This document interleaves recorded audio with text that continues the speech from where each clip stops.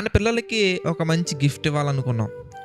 ఎగ్జాక్ట్‌గా గిఫ్ట్ ఇవ్వడం అనగానే ఇట్స్ ఏ 100కి 200% it's kind of happy moment or చాలా ఫ్యాబులస్ మూమెంట్. చాలా అద్భుతంగా ఉన్నటువంటి మూమెంట్. ఆ మూమెంట్‌లో మనం గిఫ్ట్ ఇవ్వడానికి వెళ్ళినప్పుడు అతను గనక నీ కుమారుడు గాని, నీ కుమార్తె గాని మిమ్మల్ని అవమానపరిచే విధంగా, మీ కుటుంబాన్ని అవమానపరిచే విధంగా, లేదా తనకు తానే నువ్వు ఇవ్వబోయే గిఫ్ట్ ద్వారా ఏదో ఒక ప్రమాదంలోకి వెళ్ళిపోయే అవకాశాలు కనిపించే విధంగా నీకు కనబడితే, నీకు ఫ్యూచర్ తెలీదు, భవిష్యత్తు తెలీదు, కానీ నీకు కనబడితే నీ పిల్లలకి నీవు ఆ గిఫ్ట్ని ఇస్తావా?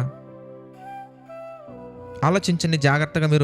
నేను చెప్పబోయే ఈ ఉదాహరణని మీరు జాగ్రత్తగా ఆలోచించండి. మీ అబ్బాయికి ఒక బైక్ గిఫ్ట్ ఇవ్వాలనుకున్నారు, చక్కగా అమౌంట్ సిద్ధపరచుకున్నారు, చక్కగా బైక్ బుక్ చేశారు, ఇవ్వాలనుకున్నారు, ఆశ కలిగి ఉన్నారు. ఎగ్జాక్ట్గా ఆ టైంకే ఒక వార్త మీరు విన్నారు. మీ అబ్బాయి వేరే వాళ్ళ బైక్ తీసుకొని యాక్సిడెంట్ చేశారన్న వార్త మీరు విన్నారు.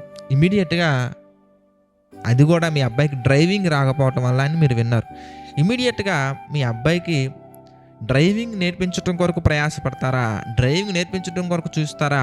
లేదంటే కనుక ఆ గిఫ్ట్ ఇస్తారా? మీరు ఆలోచించండి.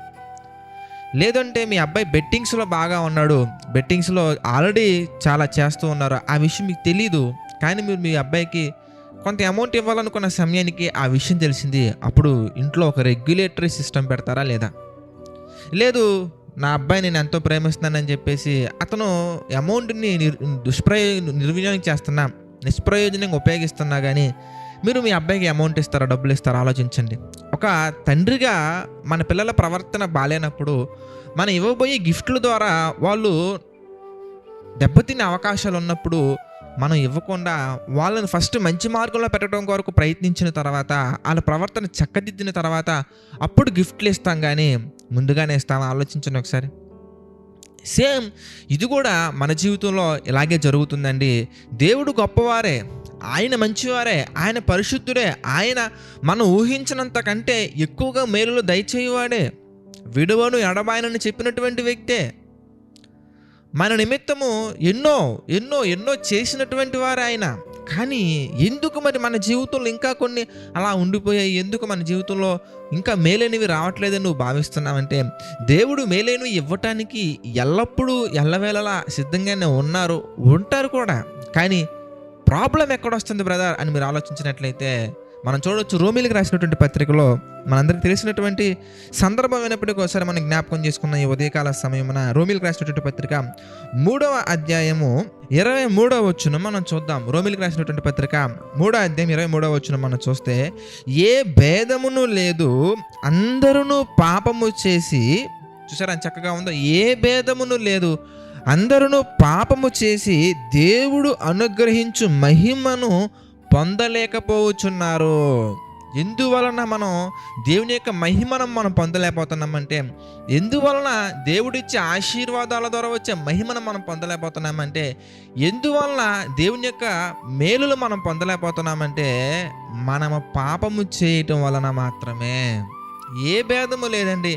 అందరం కూడా పాపం చేయటం వల్ల, అందరం కూడా మన ప్రవర్తన విషయంలో మనం దారి తప్పిపోవడం వల్ల, అందరం కూడా మన యొక్క వ్యక్తిగతమైనటువంటి విశ్వాస జీవితంలో ఎన్నో ఎదురు దెబ్బలు తినడం వల్ల మనం ఎలా మారిపోయామంటే, దేవుడిచ్చే మహిమను పొందలేనటువంటి స్థితికి మనం మారిపోయాము.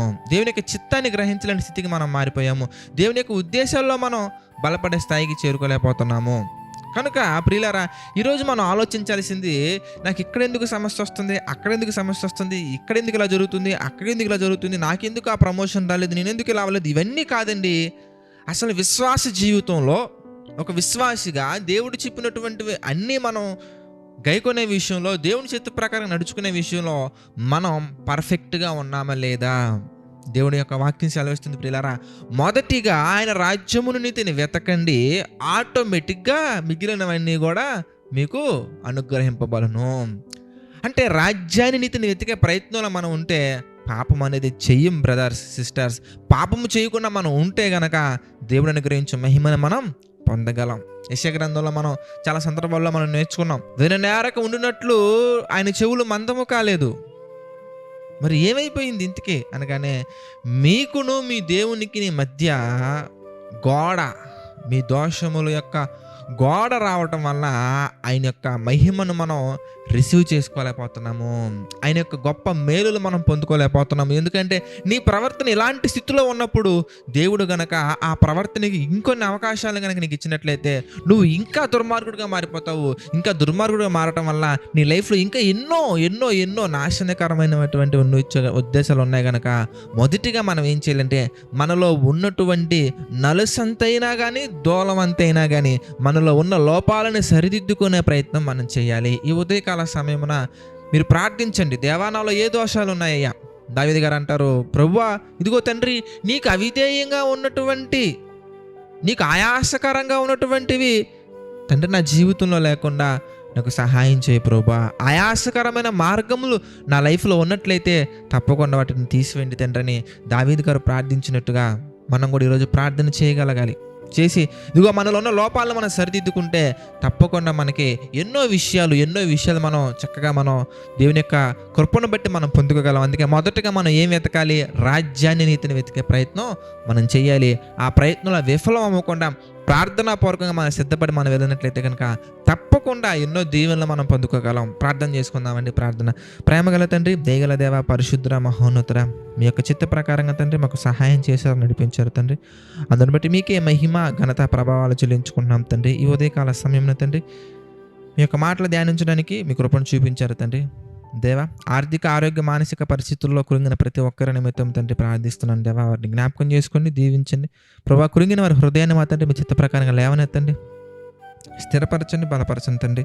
మీకు మహిమకరంగా ప్రభా ఇంకా ఎన్నో కార్యక్రమాల ద్వారా తండ్రి మేము ముందుకు సాగినట్లుగా సహాయం చేయండి తండ్రి. ఈ యొక్క పరిచర్యకు ఆర్థికంగా సహకారులుగా నిలబడుతున్న ప్రతి ఒక్కరిని బట్టి ప్రార్థిస్తున్నాను తండ్రి. మీరు జ్ఞాపకం చేసుకుని తండ్రి ప్రతి ఒక్కరికి మీ కృపతోడుగా ఉంచి నడిపించండి, సహాయం చేయండి దేవా. తండ్రి ఏది ఏమైనప్పటికీ ప్రభా అంతకంతకు ఈ యొక్క పరిచర్య మా తండ్రి వర్ధులుతూ ముందుకు వెళుతండి. అనేక మందిని మా తండ్రి మీ యొక్క రక్షణలో నడిపించి ధన్యతను అందించండి దేవా. తండ్రి యొక్క పరిచర్య కొరకు తండ్రి ప్రార్థిస్తున్న వారిని మీరు జ్ఞాపకం చేసుకుని తండ్రి దీవించండి, ఆశీర్వదించండి ప్రభా. తండ్రి నమ్మకంగా యథార్థంగా పరిచర్య చేసే సేవకులు కూడా మా తండ్రి మీ చిత్త ప్రకారంగా జ్ఞాపకం చేసుకొని మీ చిత్త ప్రకారంగా దీవించండి, ఆశీర్వదించండి దేవా.